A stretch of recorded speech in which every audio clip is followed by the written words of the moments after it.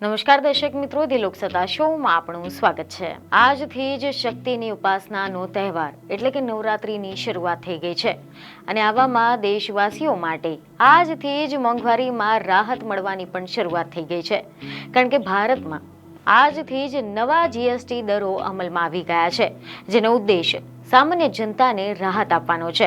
અને આ ફેરફારોની સાથે હવે ઘણી બધી વસ્તુઓ અને સેવાઓ પર જીએસટી દરો ઘટાડવામાં આવ્યા છે, જે લોકોને તેમના ખિસ્સા પરનો બોજ ઘટાડવામાં મદદ કરશે।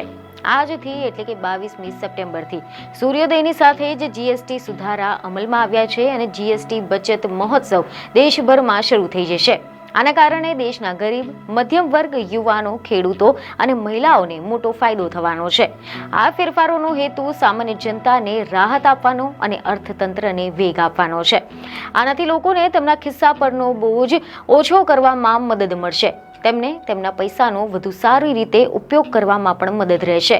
હવે જો આપણે એક નજર કરીએ કે આજથી કઈ બધી વસ્તુઓ સસ્તી થવાની છે, તો અહેવાલ એવા મળી રહ્યા છે કે આજથી દૈનિક ઉપયોગની વસ્તુઓ જેમ કે સાબુ, ટૂથપેસ્ટ, શેમ્પૂ, બેબી ડાયપર જેવી અનેક રોજિંદાની વસ્તુઓ જે પહેલા 18% જીએસટીને આધીન હતી તે હવે સસ્તી થશે। આ જ રીતે ખાદ્ય પદાર્થો જેમ કે લોટ, ચોખા, કઠોળ, બિસ્કિટ અને નમકીન જેવા પેકેટ ખાદ્ય પદાર્થો પર હવે 5% જીએસટી લાગુ પડશે, જે પહેલા 12% અથવા તો 18% હતો। એટલે કે આ બધું પણ હવે સસ્તું થઈ જશે। અને ઉપરાંત વાહનો જેવા કે 2 વ્હીલર અને નાની કારોના ભાવમાં પણ ઘટાડો કરવામાં આવ્યો છે અને હવે 18% જીએસટી લાગશે, જે પહેલા 28% હતો। તેમજ ઇલેક્ટ્રોનિક્સ આઇટમો જેમ કે ટીવી, એસી, ફ્રીજ તેમજ અન્ય કેટલીક મોટી ઇલેક્ટ્રોનિક વસ્તુઓ પર હાલ હવે 18% જીએસટી લાગશે, જે પહેલા 28%નો હતો। તેવી જ રીતે પેકેજ ફૂડ એટલે કે દહીં, છાશ, ચીઝ અને અન્ય ડેરી ઉત્પાદનો જેવી પેકેજ ખાદ્ય વસ્તુઓ છે તેના પર હવે 0% અથવા તો 5% જીએસટી લાગશે। આ સિવાય કપડાં અને ફૂટવેરમાં ₹2500 સુધીના કપડાં અને ફૂટવેર પર હવે 5% જીએસટી લાગશે। હવે આપણે વાત કરીશું કે શું વધુ મોંઘું થવાનું છે। તહેવાર એવા મળી રહ્યા છે કે આજથી કેટલીક લક્ઝુરિયસ વસ્તુઓ તેમજ તંબાકુ, સિગરેટ અને પાન મસાલા જેવી વસ્તુઓ ઉપર 40% ટેક્સ લાગશે, જ્યારે કેટલીક ખાદ્ય વસ્તુઓ જેમ કે ઠંડા પીણા અને કેફીનયુક્ત પીણા પર પણ 40% ટેક્સ લાગુ કરવામાં આવશે। આની સાથે જ લક્ઝુરિયસ કાર અને બાઇક કે જે 350 સીસી થી વધુની જે બાઇક હોય આની સાથે જ લક્ઝુરિયસ કાર પર હવે 40% જીએસટી લાગશે, એટલે કે આ મોંઘા થવાના છે। તમે જણાવી દઈએ કે ગઈકાલે વડાપ્રધાન નરેન્દ્ર મોદી રાષ્ટ્રને સંબોધન કર્યું હતું। તેમણે ન્યૂ જનરેશન જીએસટી રિફોર્મ પર દેશને સંબોધિત કરતા જણાવ્યું કે દેશમાં જીએસટી બચત ઉત્સવની શરૂઆત થવા જઈ રહી છે। પીએમ મોદીએ દેશવાસીઓને આજથી શરૂ થનારા નવરાત્રિની શુભકામનાઓ આપી અને સંબોધનની શરૂઆત કરી હતી। દેશભરમાં જીએસટીના નવા દર લાગુ થવા જઈ રહ્યા છે, જેમને વડાપ્રધાને જીએસટી બચત ઉત્સવ ગણાવ્યો છે। આની સાથે જ એવા પણ સમાચાર સામે આવ્યા છે કે તેમને જીએસટી 2.0 ને લઈને વિગતવાર વાત કરતા જાણકારી આપી કે નવા જીએસટી સ્લેબના કારણે દેશના દરેક પરિવારમાં ખુશીઓ વધવાની છે। આ રિફોર્મ ભારતની ગ્રોથ સ્ટોરીને આગળ વધારશે અને રોકાણને સરળ બનાવશે અને દરેક રાજ્યને વિકાસની દોડમાં મદદ મળશે। વર્ષ 2017માં જ્યારે ભારતે જીએસટી આવ્યું હતું ત્યારે એક નવો જ ઇતિહાસ બનાવ્યો હતો। દાયકાઓથી દેશના નાગરિકો અલગ અલગ ટેક્સને લઈને ગૂંચવણમાં હતા। આપણા દેશમાં ઘણા બધા પ્રકારના ટેક્સ એ સમય હતા। દરેક જગ્યાએ ટેક્સના અલગ અલગ નિયમો હતા, જેથી કરીને જીએસટી લાગુ થવા પહેલા લાખો કંપનીઓ અને દેશના કરોડો લોકોને વિવિધ કરોનો જટિલ જાળથી ઘણી બધી મુશ્કેલીઓનો સામનો કરવો પડતો હતો। એક શહેરથી બીજા શહેરમાં માલ મોકલવામાં જે કિંમત છે જે વધારો થતો હતો તેનો બોજ અંતે ગરીબોને ઉઠાવવો પડતો હતો અને આ ખર્ચ ગ્રાહકો પાસેથી વસૂલવામાં આવતો હતો, જેથી દેશને આ સ્થિતિમાંથી બહાર કાઢવું અત્યંત જરૂરી હતું। જેથી જ્યારે તમે અમને સેવાનો મોકો આપ્યો ત્યારે અમે જનહિત અને રાષ્ટ્રહિતને સર્વોપરી રાખીને જીએસટીને અમારી પ્રાથમિકતા બનાવી હતી। અમે દરેક હિતધારક સાથે સંવાદ કર્યો અને રાજ્યોને પણ આ પ્રક્રિયામાં સક્રિય ભાગીદાર બનાવ્યા હતા। સૌને સાથે રાખીને જ આઝાદ ભારતમાં આટલો વ્યાપક કર સુધારો શક્ય બની શક્યો અને હવે નવા જીએસટી રિફોર્મથી રોજિંદા જીવનમાં ઉપયોગમાં લેવાતી વસ્તુઓ હવે સસ્તી થવાની છે, જેમાં ખાવા પીવાની વસ્તુઓ, દવાઓ જેવી કેટલીય વસ્તુઓ ટેક્સ ફ્રી થશે। ત્યાર તો પછી તેના પર 5% ટેક્સ આપવો પડશે। જે વસ્તુઓ પર પહેલા 12%નો ટેક્સ લાગતો હતો તે વસ્તુઓ હવે 5%ના ટેક્સના દાયરામાં આવી ગઈ છે। આના ઉપરાંત આ વર્ષે સરકારે 12 લાખ રૂપિયા સુધીની આવક ધરાવતા લોકોને પણ ઇન્કમ ટેક્સમાં રાહત આપી હતી. તો આની સાથે જ આ જીએસટી રિફોર્મના કારણે દેશના દરેક નાગરિકોને ફાયદો પણ થવાનો છે. કારણ કે પહેલાની સરખામણીએ વાહનોમાં ખર્ચો થવાનો તેને લઈને જે ઉલ્લેખ કર્યો હતો, આની સાથે જ હરવા ફરવા જતા લોકોને પણ એવું જણાવ્યું હતું કે હોટલના રૂમના જીએસટીને પણ ઓછો કરી દેવામાં આવ્યો છે, જેથી હવે ફરવા જવું પણ સરળ રહેશે. આની સાથે જ એવા અહેવાલો છે કે પીએમ મોદીએ ભારપૂર્વક એમના નિવેદનમાં એમ પણ કહ્યું હતું કે અમારી રોજિંદી જિંદગીમાં ઘણી બધી વિદેશી વસ્તુઓ જોડાઈ ગઈ છે, અમને આમાંથી મુક્તિ મેળવવી પડશે. આપણને તે જ વસ્તુઓ ખરીદવી જોઈએ કે જે સ્વદેશી છે, જે મેડ ઇન ઇન્ડિયા છે, જેને બનાવવામાં આપણા પોતાના લોકોની મહેનત લાગેલી છે. દરેક દુકાનને સ્વદેશીથી સજાવવી પડશે.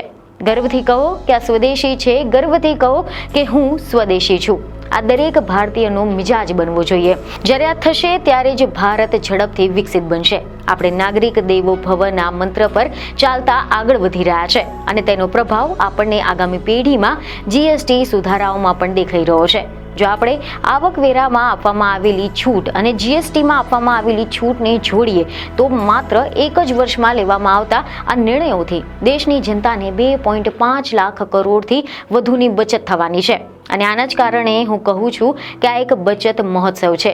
દેશની વર્તમાન જરૂરિયાતો અને ભવિષ્યના સપનાઓને ધ્યાનમાં રાખીને જીએસટીમાં નવા સુધારા લાગુ કરવામાં આવી રહ્યા છે. અને આ નવા સ્વરૂપમાં હવે માત્ર 5% અને 18%નો જ કર સ્લેબ રહેશે. આનો અર્થ એ છે કે રોજબરોજના ઉપયોગમાં લેવાતી મોટાભાગની વસ્તુઓ હવે ઘણી જ સસ્તી થઈ જશે. ખાદ્ય પદાર્થો, દવાઓ, સાબુ, આરોગ્ય સેવાઓ, જીવન વીમા જેવી અનેક વસ્તુઓ અને સેવાઓ પર હવે કર નહીં લાગે, અથવા તો માત્ર 5% જ કર લાગવામાં આવશે. જે વસ્તુઓ પર પહેલા 12%નો કર લાગતો હતો તેમાંથી 99% વસ્તુઓ હવે 5%ના કરના દાયકામાં આવી ગઈ છે. રિફોર્મ એક નિરંતર પ્રક્રિયા છે. સમય અને જરૂરિયાત બદલાતી રહે છે અને એટલા જ માટે દેશની વર્તમાન અને ભવિષ્યની જરૂરિયાતોને ધ્યાનમાં રાખીને નેક્સ્ટ જનરેશન જીએસટી રિફોર્મ લાગુ કરવામાં આવી રહ્યું છે. અને આ ફેરફારો તમામ માટે રાહત અને તકો લઈને આવશે. અમારા દેશના ગરીબ, મધ્યમ વર્ગીય લોકો, ન્યૂ મિડલ ક્લાસ, યુવા, ખેડૂતો, મહિલાઓ, દુકાનદાર તેમજ ઉદ્યમીઓ આ તમામને જ આ બચત મહોત્સવથી ઘણો બધો ફાયદો થવાનો છે. તમે જણાવી દઈએ કે સપ્ટેમ્બર મહિનાની શરૂઆતમાં જીએસટી કાઉન્સિલમાં 12% અને 18%ના બે સ્લેબ નાબૂદ કરવાની અને 5% અને 18%ના બે દરને મંજૂરી આપવામાં આવી હતી, જે હવે આજથી લાગુ થઈ ગયા છે. અને આના કારણે જીએસટીના દર ઘટવાના કારણે hair oil, shampoo, toothpaste, toilet soap bar, toothbrush, shaving cream, butter, ઘી, ચીઝ, સ્પ્રેડ ચીઝ સહિતના ઘણા બધા ડેરી ઉત્પાદનો સસ્તા થઈ ગયા છે. તો આ સિવાય પેકેજ નમકીન, ભુજિયા મિક્સચર, વાસણ, બાળકોની દૂધ પીવાની બોટલ, નેપકિન, ડાયપર, સિલાઈ મશીન તેમજ તેના પાર્ટ્સના ભાવ પણ ઘટી જવાના છે. આ સિવાય એવી ખબરો મળી રહી છે કે દેશની સૌથી મોટી દૂધ અને ડેરી ઉત્પાદક મંડળીએ પણ તેમના ઉત્પાદનોમાં ઘટાડો કરવાની જાહેરાત કરી છે. આ સિવાય રેલવે નીરે પણ પાણીની બોટલના ભાવમાં ઘટાડો જાહેર કર્યો છે. આ ઉપરાંત બાળકોના ભણતરની ચીજ વસ્તુઓ જેમ કે નકશો, chart, globe, pencil, sharpener, colours તેમજ બુક, નોટબુક, ઇરેઝર ઉપર 0% જીએસટી લાગશે. આના સિવાય આના અગાઉ જે ટ્રેક્ટરના ટાયર અને તેના પાર્ટ્સ ઉપર 18%ના દરથી જીએસટી લાગતો હતો તેને ઘટાડીને હવે 5% કરી દેવામાં આવ્યો છે. આ ઉપરાંત આના અગાઉ આરોગ્ય અને જીવન વીમા પ્રીમિયમ ઉપર 18% જીએસટી લાગુ કરવામાં આવ્યો હતો, જેને હવે ઘટાડીને 0% કરી દેવામાં આવ્યો છે. આ સિવાય thermometer, medical grade oxygen, diagnosis kit, glucometer, test strip ઉપરાંત આના ઉપર 5% જીએસટી લાગશે. જો કે સીન ગુડ્સ જેવી એમાં જે વર્ગીકૃત થતા જે પાન મસાલા છે, સિગરેટ, કેફીનયુક્ત પેચ ઉપરાંત એરેટેડ વોટરને 40% સ્લેબમાં મૂકવામાં આવ્યા છે.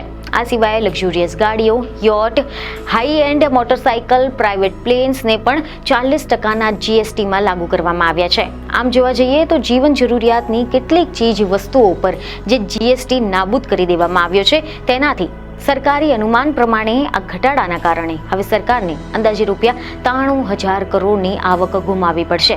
તેના સામે 40%ના ઉચ્ચતમ દરમાંથી ₹45,000 કરોડની વધારાની આવક થશે એવું પણ અનુમાન મૂકવામાં આવ્યું છે. તો હવે આ વિષય પર તમારો શું અભિપ્રાય છે તે અમને કોમેન્ટમાં જરૂરથી જણાવો. બીજને ખબર સાથે ફરી મળીશું. ધન્યવાદ.